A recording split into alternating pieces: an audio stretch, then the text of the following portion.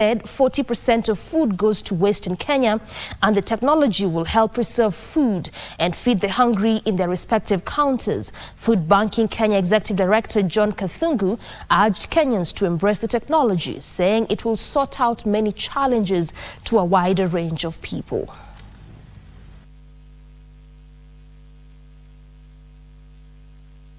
We are launching a new application, mobile application that will assist us in the distribution and the recovery of food from farmers and across all the sectors. In doing this, it also reduces the costs, logistical cost of moving food from one place to another, and also extending the shelf life of that particular food.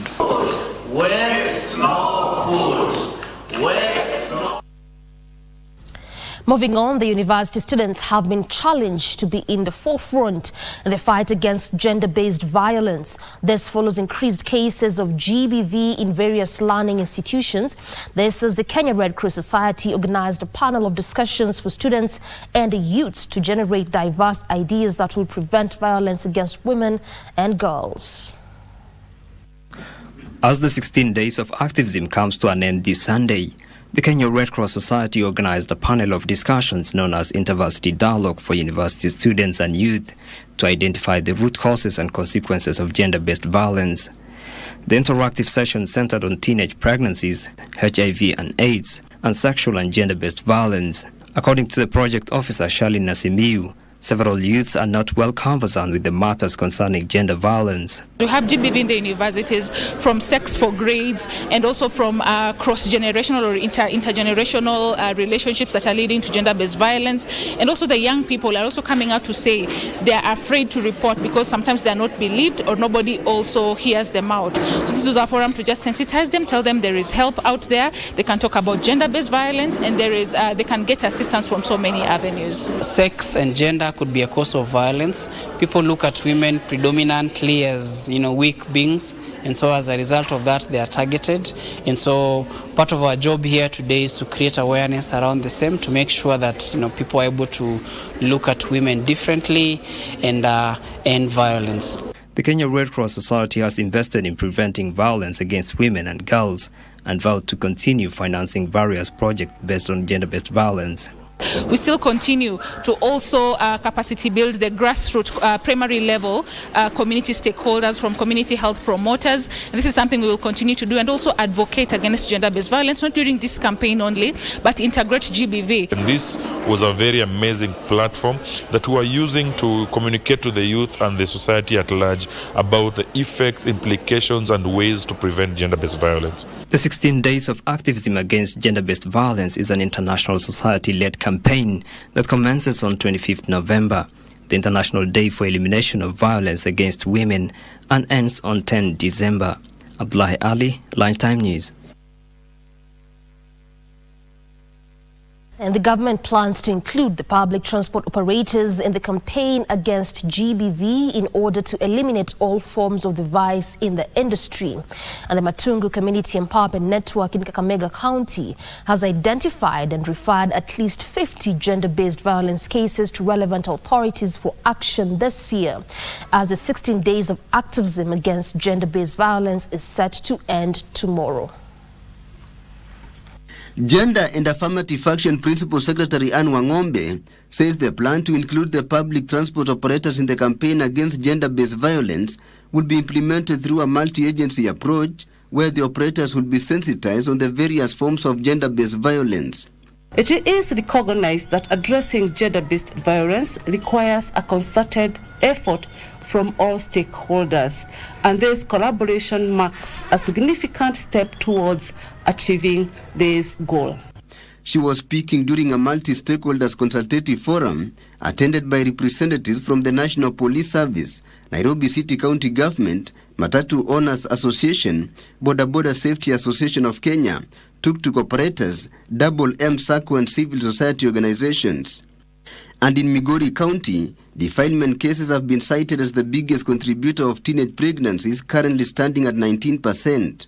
There is also need for a lot of integrated services towards achieving zero teenage pregnancies and zero GBV cases in this particular sub-county, and particularly in this ward.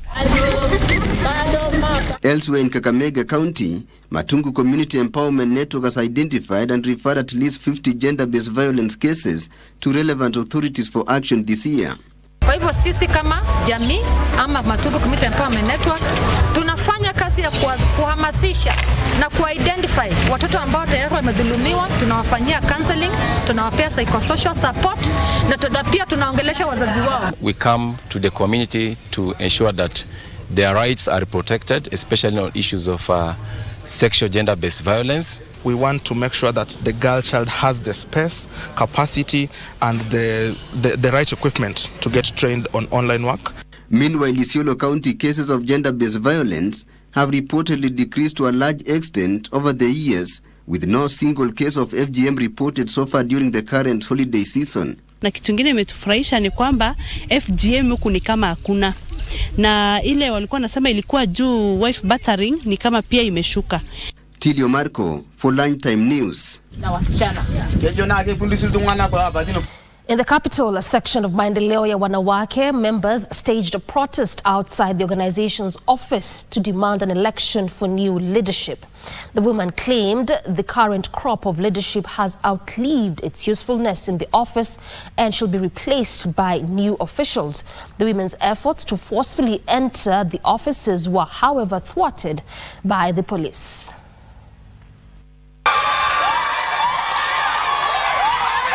Enough is enough. Kenye tunataka uongozi mpya na ambao utaelekeza wa mama na utakuwa na transparent. Pesa ikitoka ukiulizwa hii pesa ilitoka aje, unaeleza vile ilitembea. State of education matters now. Parents have been urged to encourage their children to embrace digital learning programs to help provide students with quality education that can benefit them while at home. The program will allow the students to learn at their own pace and on their own schedules, since the lessons are accessible virtually. During the ceremony to recognize the best students who graduated from different areas, the principal of Sunrise Virtual School, Ben Kairu, praised the government's efforts in building infrastructure to boost digital learning, noting it's breaking barriers and ensuring education is available to all. We've received a lot of support from the government. Just 2 months ago, we won an award by the Ministry of Education, and we've been shortlisted for a UNESCO award. And therefore, we are very glad that to be championing this space, and we assure the parents that with us, they're able to get quality, affordability, and convenience. They get to log in from their homes, and our teachers get to log in from their teaching center, and they have a live and interactive session. We do cover the IGCSE Cambridge system, and we are able to reach the learners from within this nation and outside the nation. Leaders in Mandera County have faulted Kenya Power and Lightning Company's operation following the power outage in the region that led to the closure of various businesses. Mandera County has been without electricity for close to a month. Mandera Governor Mohamed Halif has called on the Minister of Energy to fast-track the resolution before the situation worsens. Leaders highlighted that the impact on critical infrastructure, particularly hospitals that rely on electricity, has been devastating. Independent power suppliers ambayo walikuwa wana supply hii town bila rationing, lakini hizo contracts zimeisha. Sasa imekuwa handed over to the Ministry of Energy. Hata generators walileta, it's not even 50% of the capacity of this town.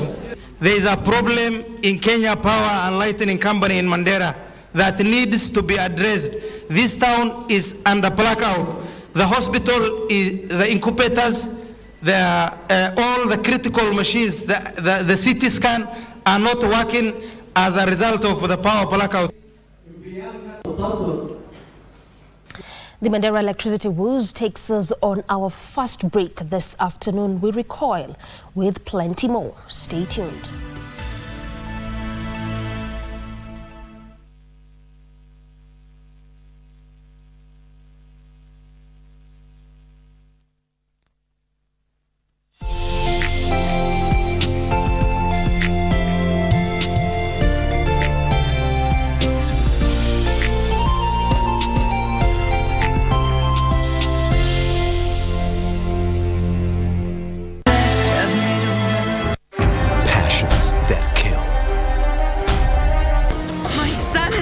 You should have let me take care of my own son. Hurt.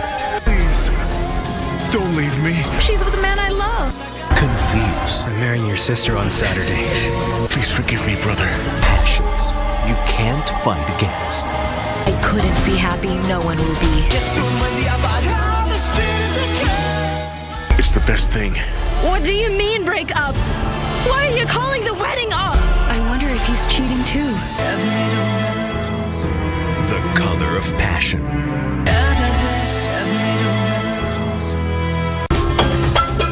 Hii kwenye mkulima tutajifunza jinsi ya kupanda miche badala ya kuomba pesa kwa barabara, tukaungana pamoja ili tubadilishane mawazo. Kisha tutengeze mbolea asili. Ukiangalia zile vitu zimepandwa na compost na zile zimepandwa na artificial fertilizer, utaona ziko tofauti sana. Hata taste yenyewe iko tofauti. Hiyo kitu ukikula unasikia mzuri, iko sawa. Jiunge nasi Jumamosi saa 10:30 hapa KBC Channel 1.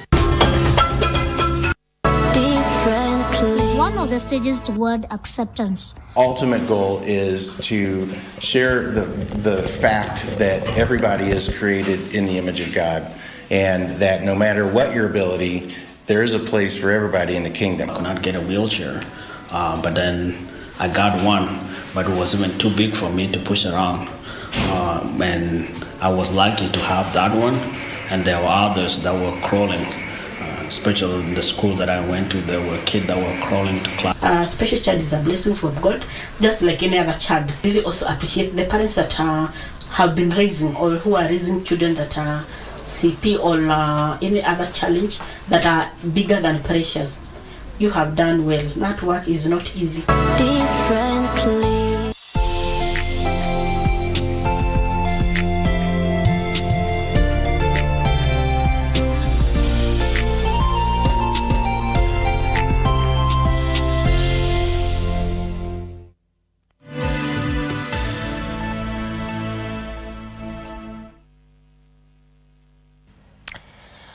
Welcome back. The Kenya National Private Security Workers Organization is urging players in the sector to embrace the proposed reforms by the government to ensure private security officers meet both local and international job markets qualifications. The organization's Secretary General, Dr. Isaac Ndabwa, said the new reform will improve the welfare of security officers amidst the high cost of living. He said the reforms will also give a level playground for owners of security firms. The most important thing the worker and the employer can do is to promote dialogue.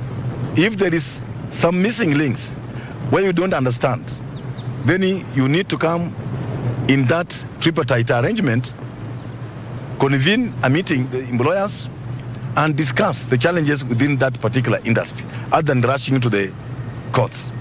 We are the people who work for more hours, 12 hours a shift than any other worker in the Republic of Kenya, even the world. Therefore, we are saying we as the workers' voice industry, and we have put an MOU that we are going to support the government course in terms of regulations of this industry. Elsewhere, online platforms are now allowing local manufacturers, distributors, suppliers and traders to directly sell their products on the one-stop shop online platform. This is unlike the tradition where only retailers sell their wares on a single platform, as a multi-vendor approach ensures more Kenyan entrepreneurs showcase their products.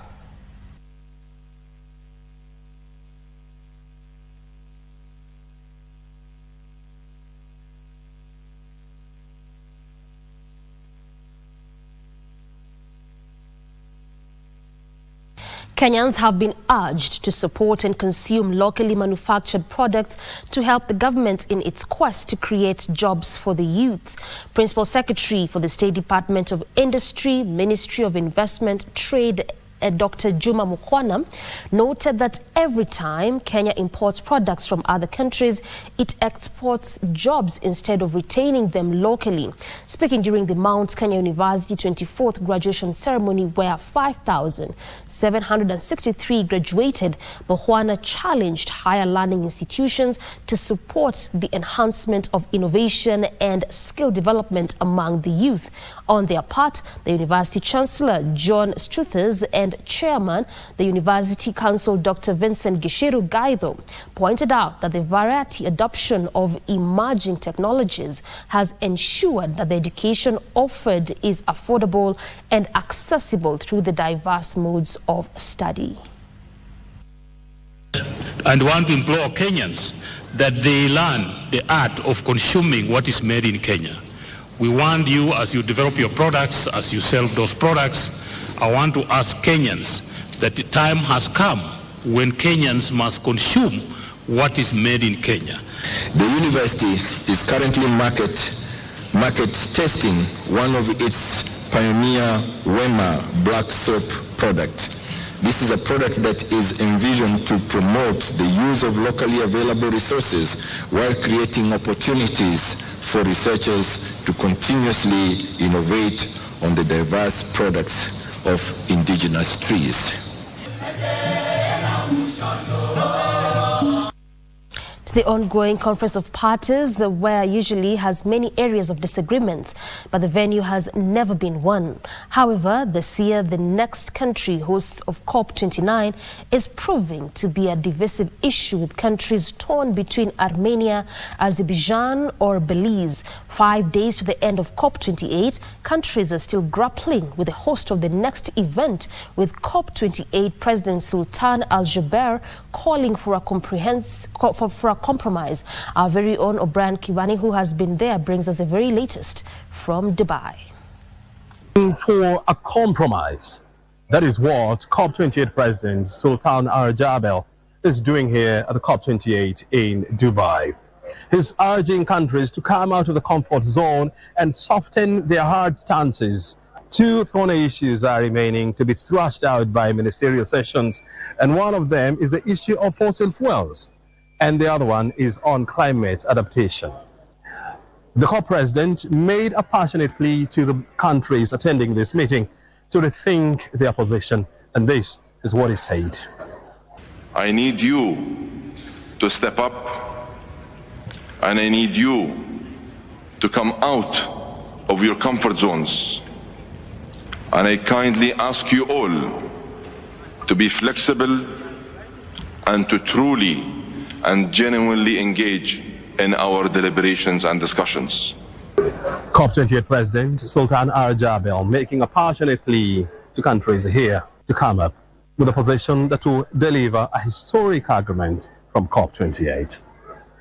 The issue of carbon credit is also coming out here, but there is consensus that the world needs to come up with more carbon capturing projects. When we see commitments that is geared towards addressing some of these climate crisis issues that are very specific to our country, we are happy. And for trees, we are also part of this discussion. We are committed to ensuring that our farmers are able to tap into the global discussion and act at the local level. And we are part of that because we are planting trees, and we are using our forest garden model in trees to ensure that farmers are able to adapt to the effects of climate change in Kenya. We are tracking all the happenings here at the COP28 with 5 days to go before the closure of this meeting. My name is O'Brien Kimani. I'm taking you back to Broadcasting House for now. Away from Dubai, Francis Awino is now the new Bunge la Mwananchi president-elect. Awino emerged as the winner after flooring 5 opponents. In his acceptance speech, he promised to be the people's servant and will not allow the political class to use the Bunge la Mwananchi to promote their selfish interests. Declare Francis Awino as the newly elected president of Bunge la Mwananchi. Francis Awino has been voted as the president of Bunge la Mwananchi to serve for the next 2 years.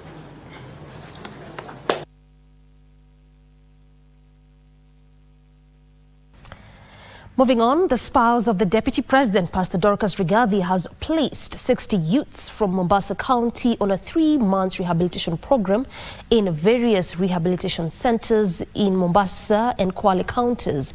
The screening and identification exercise of the said youth was done by her office in collaboration with other players, among them the county government of Mombasa. Speaking at Eden House, one of the rehabilitation centers in Kwale County, Pastor Dorcas said this was in fulfillment of a promise she made to the youth when she visited drug dens in Mombasa a few months ago. The coastal region continues to record significant numbers of people abusing drugs, with those aged 15 to 65 years constituting 23.9% of people abusing at least one type of drug. You take these children into the churches, into the mosques, feed them, clothe them, love them, na watabadilika.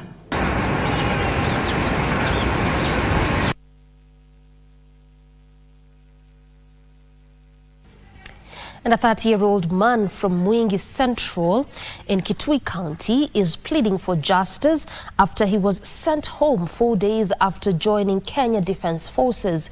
James Muthui was successfully recruited to KDF under the National Youth Service category.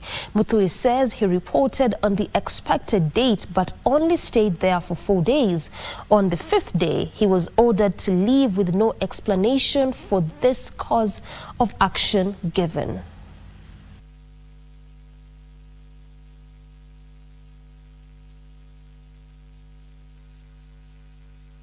Kujisajili katika huduma ya Kenya Defence Forces and the National Youth Service, na nikachukuliwa kama constabulary, ambapo tulikuwa tuende kuripoti kule Kawa Garrison tarehe 27 mwezi wa 11. Ilipokuwa wiki iliyopita Jumatatu, na nikaenda nikaripoti. Nikakaa Kawa Garrison kutoka Jumatatu hadi Ijumaa, ambapo siku ya Ijumaa kitu saa 8 ndiposa niliambiwa nitoke niende nyumbani, na nikauliza sababu ya kuenda nyumbani. Sikuambiwa. Akaenda National Youth Service akamaliza, na wakati alimaliza alikuja akachukuliwa kama mwanajeshi, na wakati alichukuliwa kama mwanajeshi aliripoti Kawa Garrison, na wakati aliripoti Kawa Garrison akakaa huko siku 4, na ya 5 akafukuzwa, akaambiwa aende nyumbani. Na wakati aliuliza ni kwa nini, hakuambiwa. Aliitwa military ikamtoa nje pamoja na vijana wengine wawili. May James Muthui get justice. And away from that, we now turn the crack to matters sports now, where stakeholders in field, track events and other sporting activities have been challenged to investors in Embu and other towns to consider putting up standard sports facilities that can be used for training and competitions. Speaking in Embu, Chairman Athletics Kenya Embu branch Stephen Jeru observed that partnership with investors is a boost to upcoming athletes who lack sponsors to grow their talents. Jeru called on investors in the hospitality industry to come on board. He also revealed that Embu County will be launching an under-20 camp, adding that sponsorship has been the biggest challenge to sports development in the county. Kuja for the sports tourism ambayo tunajua gavana wetu Cecily Mutito Mbarire anaimiza sana tuwe na sport tourism, watu watembee Embu. Najua saa hii tuko na club yetu ya under 20 ambayo tuna train pale Embu na ambayo umeishika vizuri. And the call for sports facilities within Embu County is what wraps up the bulletin this afternoon. Thank you so much for making time for us. From me and on behalf of the entire team, we definitely appreciate your valid company. I'm Doreen Arange. Good afternoon.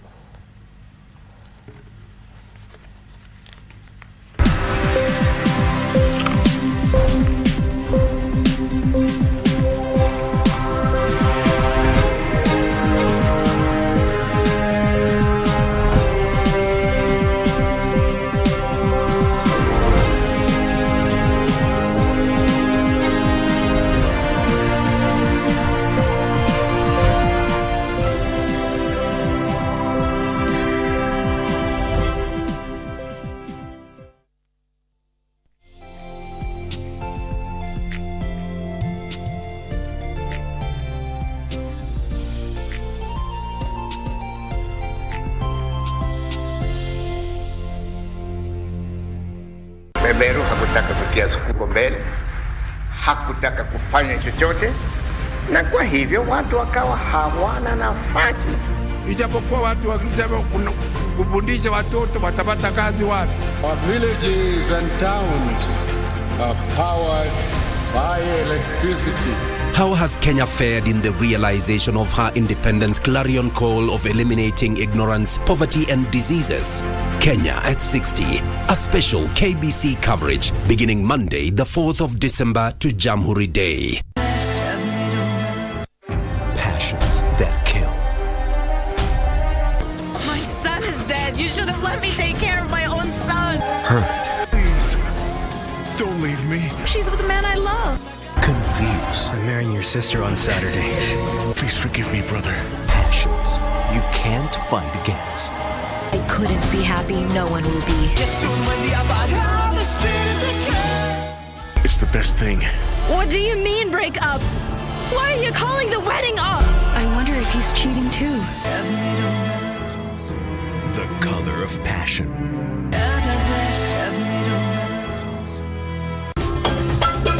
Hii kwenye mkulima tutajifunza jinsi ya kupanda miche badala ya kuomba pesa kwa barabara, tukaungana pamoja ili tubadilishane mawazo. Kisha tutengeze mbolea asili. Ukiangalia zile vitu zimepandwa na compost na zile zimepandwa na artificial fertilizer, utaona ziko tofauti sana. Hata taste yenyewe iko tofauti. Hiyo kitu ukikula unasikia mzuri, iko sawa. Jiunge nasi Jumamosi saa 10:30 hapa KBC Channel 1. Differently. One of the stages toward acceptance. Ultimate goal is to share the fact that everybody is created in the image of God, and that no matter what your ability, there is a place for everybody in the kingdom. I could not get a wheelchair, but then I got one, but it was even too big for me to push around. And I was lucky to have that one, and there were others that were crawling. Especially in the school that I went to, there were kids that were crawling to class. Special child is a blessing from God, just like any other child. Really also appreciate the parents that have been raising or who are raising children that are CP or any other challenge that are bigger than precious. You have done well. That work is not easy. Differently.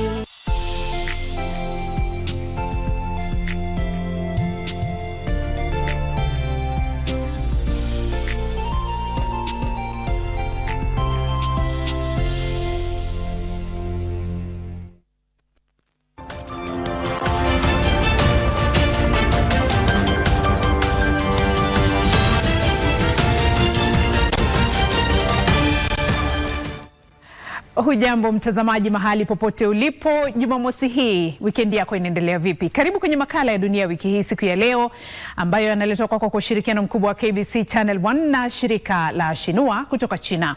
Kwenye makala haya mtazamaji, tumekuandalia mengi kutoka ulingo wa kimataifa, ikiwemo taarifa kuhusiana na Israel ambayo imerejelea mashambulizi huko Gaza baada ya muda wa utekelezaji mkataba wa kusitisha vita kufikia kikomo. Na rais wa Guinea Bissau wavunja bunge kufuatia jaribio la kupindua serikali.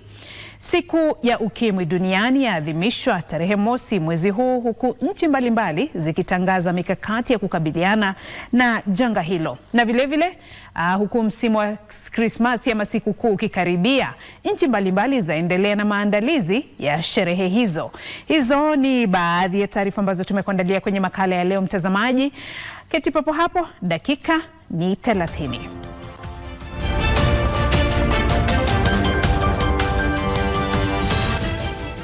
Karibu mtazamaji kwenye makala haya. Mimi naitwa Beatrice Gatonyengetich. Mtazamaji, tunaanza na taarifa kuhusiana na mzozo baina ya Israel na kundi la Hamas. Mkataba hafifu wa kusitisha vita kwa muda baina ya Israel na kundi la Hamas ulisambaratika, huku pande zinazozozana zikishtumiana kwa kukiuka mkataba huo.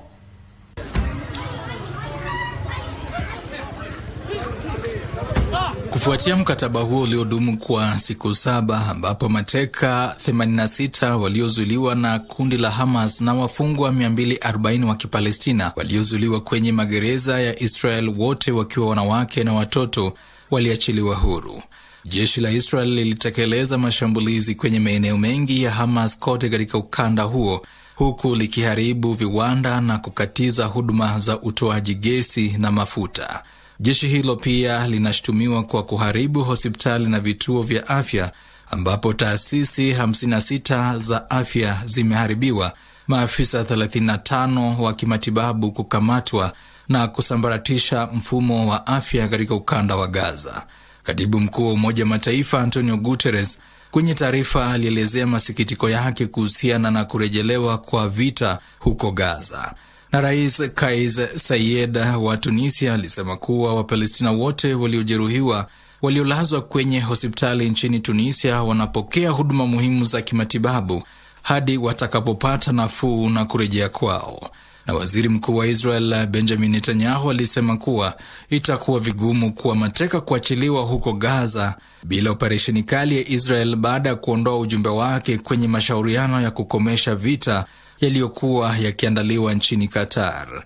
Zaidi ya watu 15,000 wameuawa huko Gaza tangu mwanzo wa mzozo huo, ambapo 75% kati yao ni watoto, wanawake na wazee, kulingana na Wizara ya Afya huko Gaza.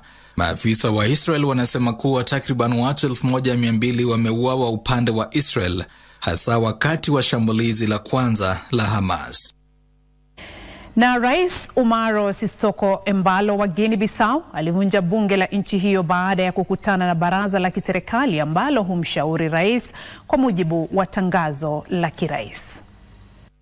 Kulingana na tangazo hilo, shambulizi lililotekelezwa na kundi la wanajeshi waliojihami dhidi ya jengo la maafisa wa polisi wa idara ya mahakama katika jiji kuu la Bissau juma lililopita lilinuiwa kusambaratisha utawala wa kikatiba na lilisababisha vifo. Makabiliano yalizuka baina ya maafisa wa kijeshi na vikosi maalum vya walinzi wa rais jijini Bissau wakati wanajeshi hao walipojaribu kumwachilia waziri mmoja aliyezuiliwa kwenye jengo la polisi wa idara ya mahakama. Kanali Victor Jongo, ambaye ni kamanda wa jeshi, pamoja na wengine kadhaa wa kitengo hicho walikamatwa na wanajeshi. Embalo alisema kuwa makabiliano hayo katika jiji kuu yalikuwa jaribio la mapinduzi ya serikali ambapo waliohusika watachukuliwa hatua kali. Aliyasema haya waliporejea nchini humo kutoka Dubai alikohudhuria kongamano la Umoja wa Mataifa kuhusu hali ya anga. Hii ilikuwa mara ya pili kwa Embalo kuvunja bunge la nchi hiyo tangu alipoapishwa kuwa rais mwaka wa 2020. Awali mwezi Mei mwaka wa 2022 alivunja bunge kufuatia taharuki baina ya asasi hiyo na urais. Mnamo mwezi Februari mwaka wa 2022, jeshi la Guinea Bissau lilitekeleza jaribio la kupindua serikali ya Embalo. Dunia Wiki Hii, mimi ni Luke Agunga. Mwenyekiti wa baraza kuu la mpito nchini Sudan aliyepia kamanda mkuu wa vikosi vya jeshi la nchi hiyo Abdel Fattah al-Burhan alisema kuwa mashauriano yoyote kuhusu amani ambayo hayawezi kutimiza matakwa ya raia wa Sudan hata yakubali, kwa mujibu wa taarifa za baraza hilo. Al-Burhan alisema hawataruhusu suluhu yote ya kigeni alipohutubia mkutano wa wanajeshi katika jiji kuu la jimbo la Gezira la Wad Madani. Alisema kuwa walishiriki kwenye mashauriano kwa moyo mkunjufu ili kuafikia amani ya kudumu kwa njia ya usawa na kwamba suluhu itatoka nchini humo na hivyo mashauriano yanafaa kuwahusisha raia wa nchi hiyo. Alisema kuwa jeshi la nchi hiyo litaendelea kukabiliana na kushinda vikosi vya Rapid Support Forces RSF. Alikariri azma ya Sudan ya kushirikiana na jamii ya kimataifa na kupongeza kuwasili kwa mjumbe mpya wa katibu mkuu Umoja wa Mataifa nchini Sudan, Ramten Lamamra, akionya kwamba hawataki mjumbe yeyote kuunga mkono kundi lolote.